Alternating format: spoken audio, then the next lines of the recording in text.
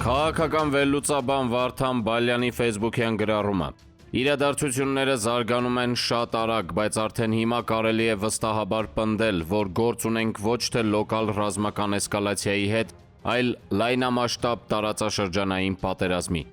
Իրանը հրթիռակոծում է ոչ միայն Իսրայելը, այլև Բահրեյնը, Սաուդյան Արաբիան, Քաթարը, Արաբական Միացյալ Էմիրությունները։ Այս պահին հաղորդումներ կան, որ Ամերիկայի իսրայելական հրթիռային հարվածի թիրախ են դարձել Իսլամական Հանրապետության Միլի Մեջլիսը։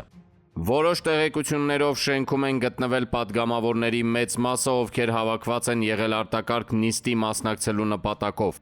Տարբեր տվյալներով, որոնք դեռևս պաշտոնապես չեն հաստատվել, պատգամավորներից շատերը զոհվել են գրոհի արդյունքում։ Հաղորդագրություններ էին տարածվել նաև նախագահ Փեզեշքյանի զոհվելու մասին, բայց իրանական կողմը պաշտոնապես հերքել է այն, հայտարարելով, որ նախագահը ողջ առողջ է։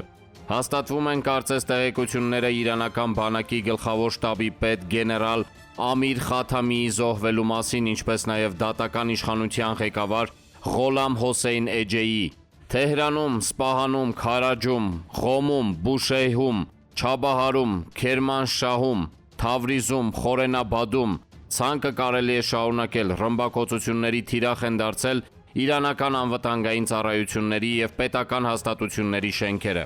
Դեռևս պաշտոնապես չհաստատված տվյալներով Թեհրանում ավերվել է Ռահբար Խամենեիի նստավայրը, որի տեղակայման փողոցը ենթարկվել է բազմաթիվ ռմբահարումների։ Պատերազմը ընթանում է նաև կիբերտարածքում, իրանական բոլոր պետական լրատվամիջոցների կայքերը կոտրվել են։